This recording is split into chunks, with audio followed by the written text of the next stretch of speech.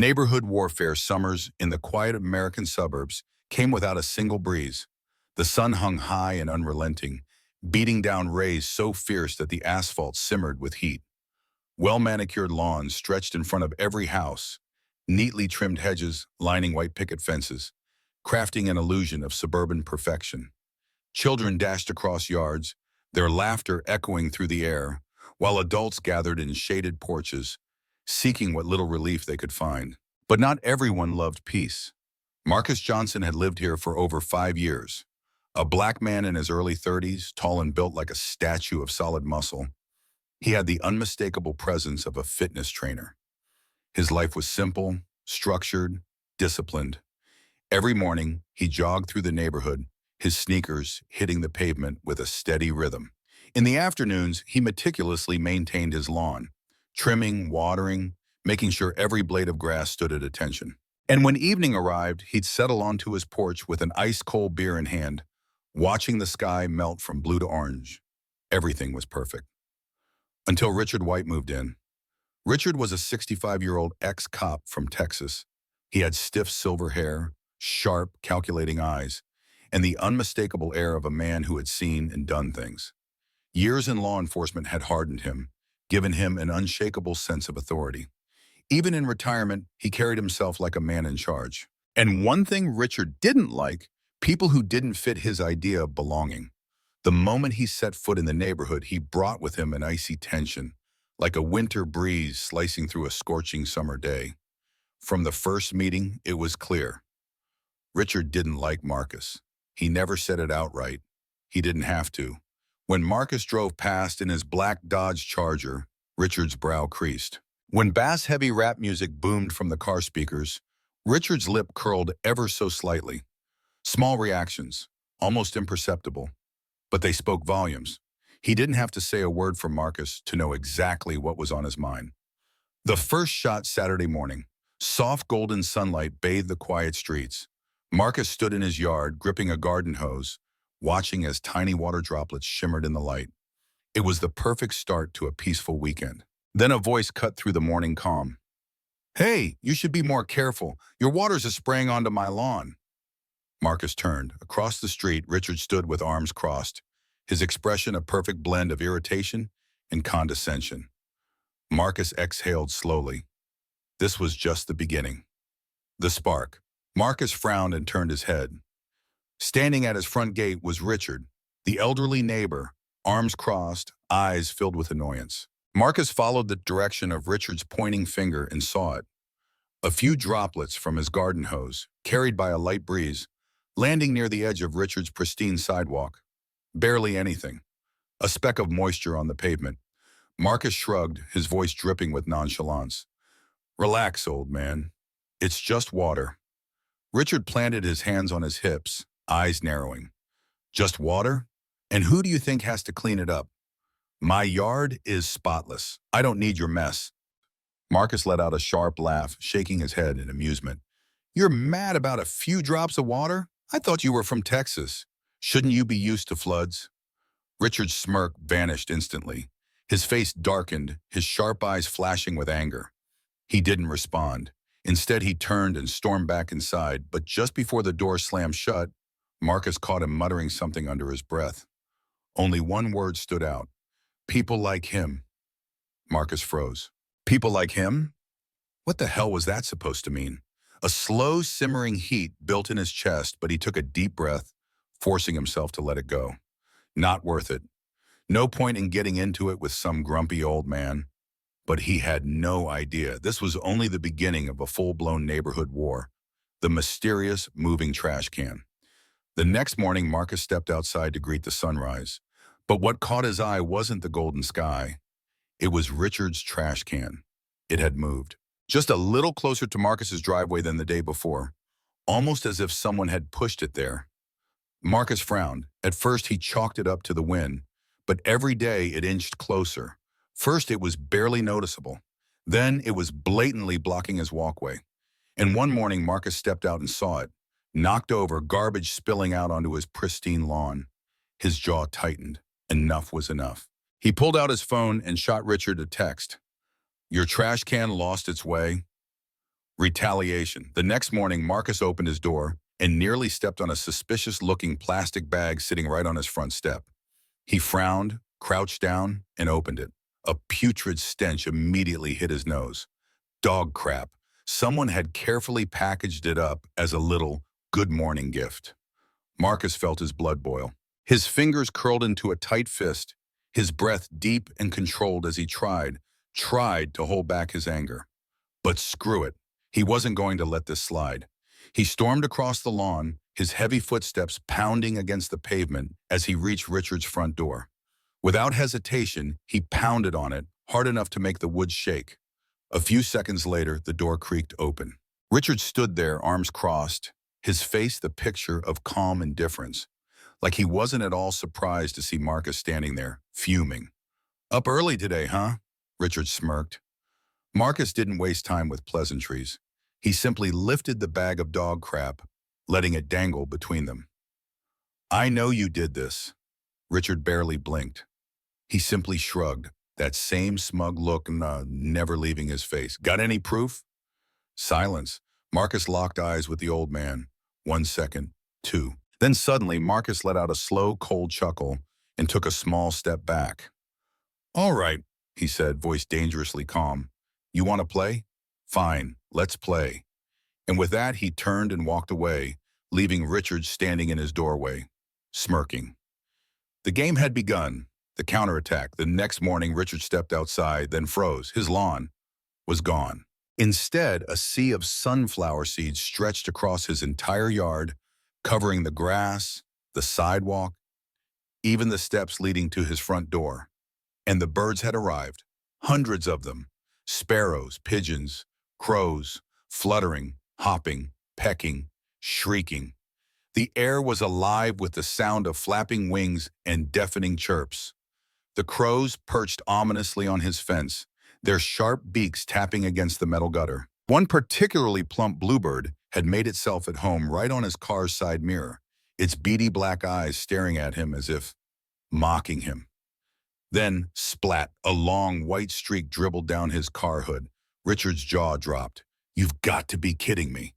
He grabbed a broom and charged at the birds, shouting and swinging like a madman. But they only scattered for a moment, then rushed right back the second he turned away. The more he chased, the worse it got. And then, one crow, larger than the others, perched itself right on his windowsill. It tilted its head, peering at him with sharp, intelligent eyes, before letting out a long, haunting caw. A chill crept up Richard's spine. He had underestimated his opponent. Showdown. That evening, Marcus sat on his porch, lazily rolling a cold beer bottle between his fingers. The night breeze was cool against his skin, a welcome contrast to the heat of the day. From next door, the distant squawks and flutters of birds still filled the air. Marcus smirked. Then, thud, thud, thud. Heavy footsteps stormed across the lawn. Richard, his face was flushed, his breath ragged and with barely contained rage. "What the hell do you think you're doing?" Marcus lifted his gaze, unbothered, taking a slow sip of his beer before answering. "Just helping nature thrive, old man." Richard's hand shook as he jabbed a finger toward Marcus, his chest rising and falling with furious breaths. "You don't belong here." The words sliced through the air like a knife. Marcus set his beer down and stood up. His broad shoulders squared, muscles tensed ever so slightly as he took a step forward. Richard, on instinct, stepped back. "Say that again." Marcus' voice was lower now, dangerous. Richard swallowed hard, but he was too stubborn to back down. "I said," he repeated, jaw tight, "you don't fit in around here." A slow, cold smile curled on Marcus' lips. "Oh yeah?" His voice was quiet but sharp as steel. "I've lived here for 5 years.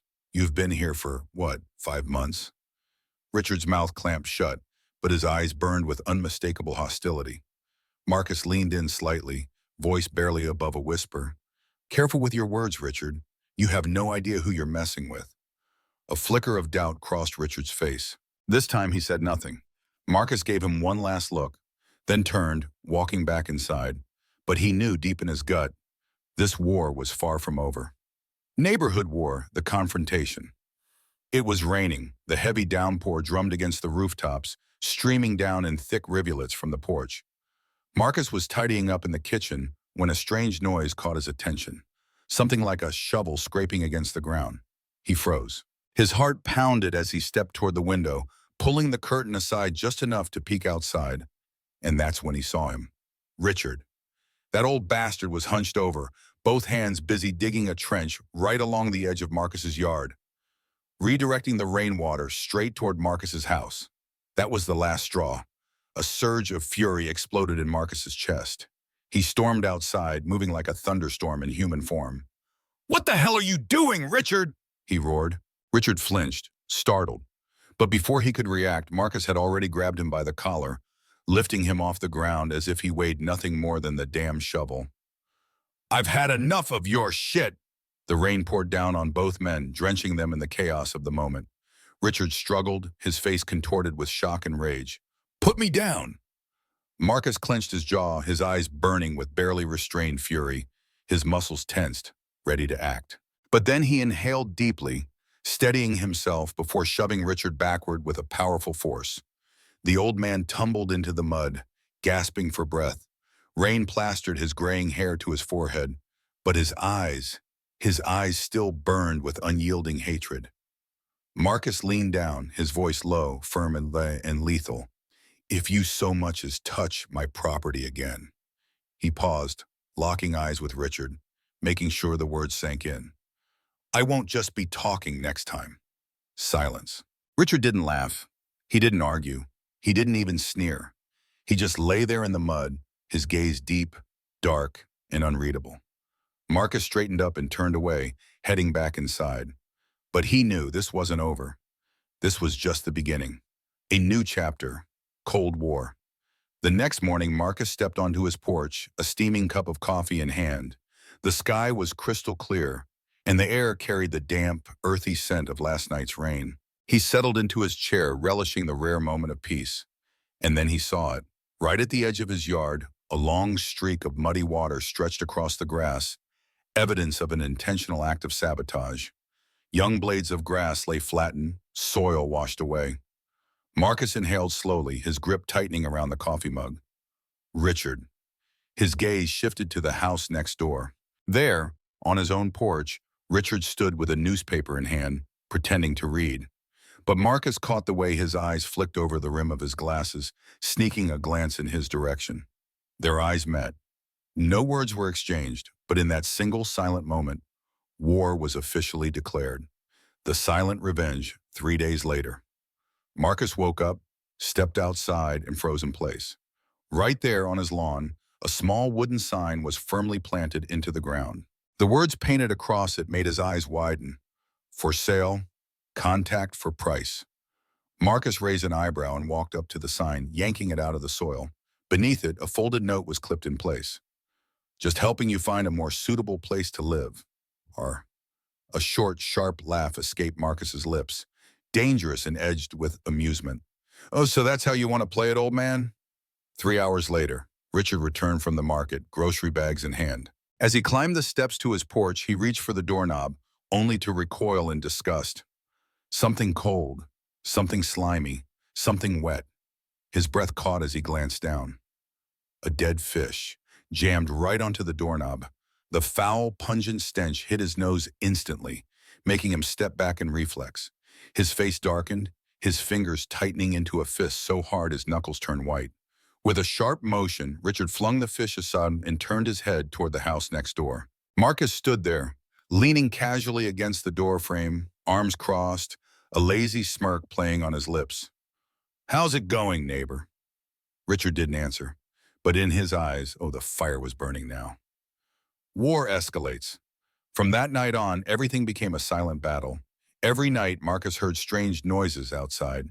In the morning, he would find his trash bin overturned, garbage bags shredded as if wild dogs had torn through them. The next night, Richard woke up to the blaring sound of a car horn right in front of his house. He rushed outside only to see an unmarked car idling in his driveway, headlights glaring. The moment Richard stepped forward, the car revved its engine and vanished into the night. From his porch, shrouded in darkness, Marcus took a slow sip of beer, amusement flickering in his eyes. And it wasn't over. One morning, Richard opened his front door to find a package waiting on his porch. He frowned. He hadn't ordered anything. But the moment he opened it, a swarm of live cockroaches burst out, scattering across his doorstep. His furious curses echoed through the neighborhood. Meanwhile, from behind the fence, Marcus simply smiled. Breaking point, a late night. Marcus was deep asleep when a loud crash jolted him awake. Thud! He shot up instantly. Something had been knocked over. A shadow moved in the dark. His heartbeat pounded in his ears. Reaching under his pillow, he grabbed the knife he always kept there and silently slipped out the back door. A cold gust of wind sliced through the night as he stepped outside. And then he saw him, Richard, standing in the middle of Marcus's yard, a shovel gripped tightly in his hands. And at his feet, Marcus's motorcycle tipped over, a deep scratch gouged into its side. "What the hell are you?" Richard spun around, breathing heavily, his face twisted in pure rage. "I've had enough, Marcus," he roared, voice shaking with fury. "You think you've won?" Marcus tightened his grip on the knife and stepped forward. "I don't think I know."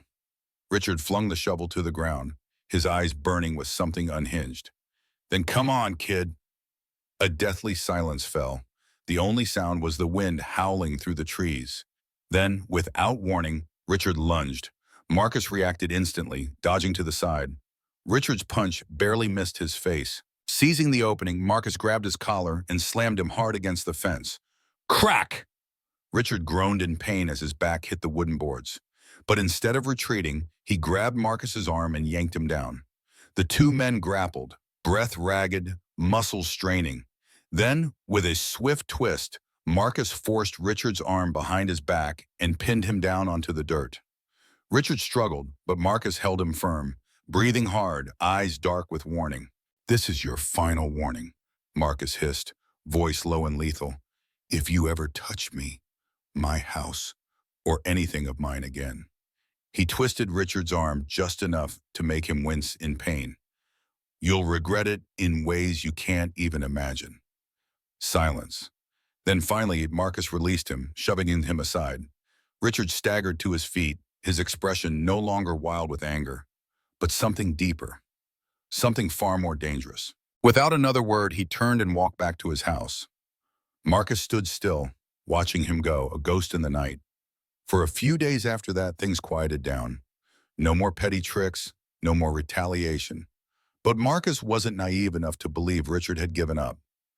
No, the old man was simply waiting, and Marcus hated waiting. 3 nights later, late at night, Marcus sat on his couch, gun resting on the table in front of him, eyes locked onto his security camera feed. After Richard had trespassed into his yard, Marcus had installed extra cameras, and now he was watching every dark corner of his property. Everything was quiet. 10 minutes, 20, an hour. Nothing. Marcus exhaled, standing up. Maybe tonight would be peaceful.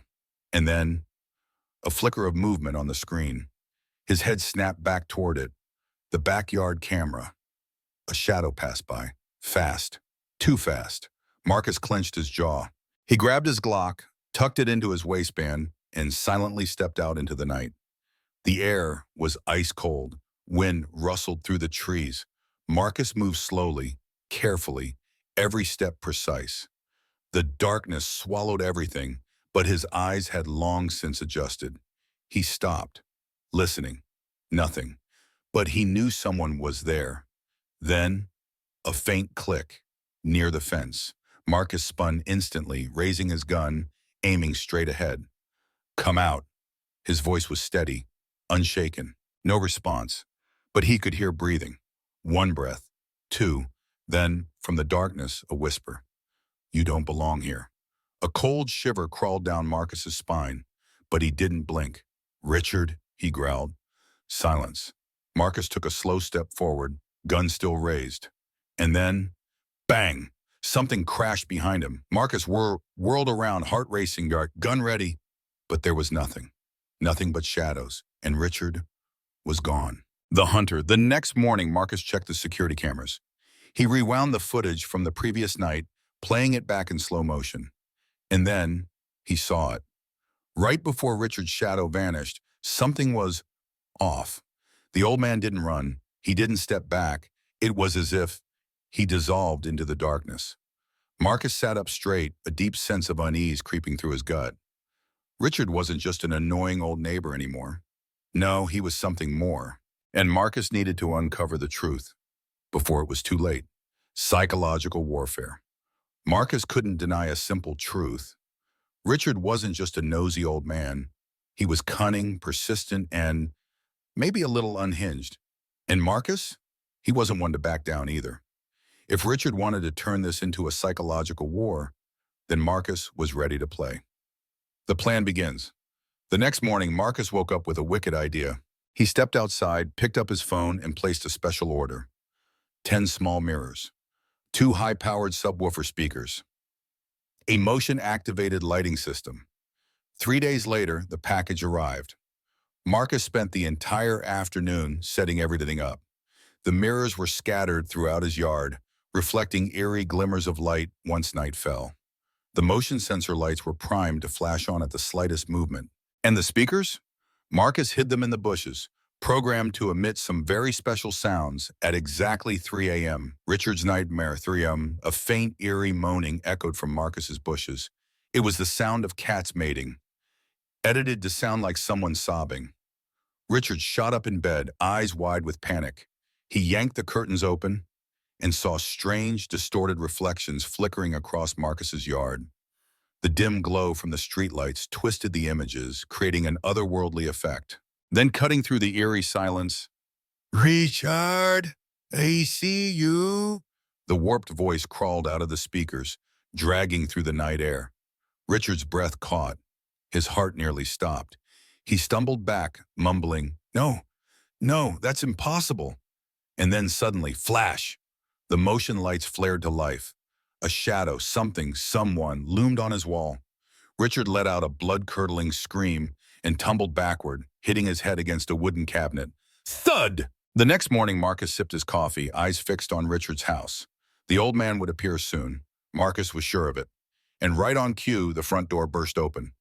Richard stormed out, hair a mess, his face still haunted by the previous night's terror. "Marcus!" he roared, jabbing a finger in his direction. Marcus raised an eyebrow, his tone perfectly calm. "Good morning, neighbor." Richard took a deep breath, face turning red. "What the hell did you do?" Marcus shrugged, a slight smirk playing on his lips. "What do you mean? You're talking about the strange occurrences?" Richard clenched his teeth. Marcus took a slow sip of coffee, then said, completely deadpan, "Maybe it's karma." Richard's nostrils flared. "To hell with your karma. I know what you did. I swear if this happens again." A sudden drawn-out meow came from the bushes. Richard flinched, nearly jumping out of his skin. Marcus waved a hand dismissively. "Probably just a cat, old man. Relax." Richard clenched his fist, but he had no comeback. Defeated, he turned on his heel and slammed the door behind him. Marcus leaned back in his chair, savoring his victory. The game was far from over. But this round, he had definitely won. Lessons learned. A few days later, the whole neighborhood had heard about Richard's haunted house. People whispered. Even the local kids started teasing him. "Hey, mister, I heard your house is haunted." "Shut up," Richard snapped. But there was nothing he could do. As for Marcus, he walked away with 3 valuable lessons. Some people aren't worth reasoning with. The only way to handle them is to play smarter. If someone doesn't respect you, don't hesitate to turn them into a joke. Most importantly, never mess with someone who has too much free time and a creative mind. Marcus chuckled to himself, taking a sip of his beer. The war wasn't over yet, but for now, he was winning.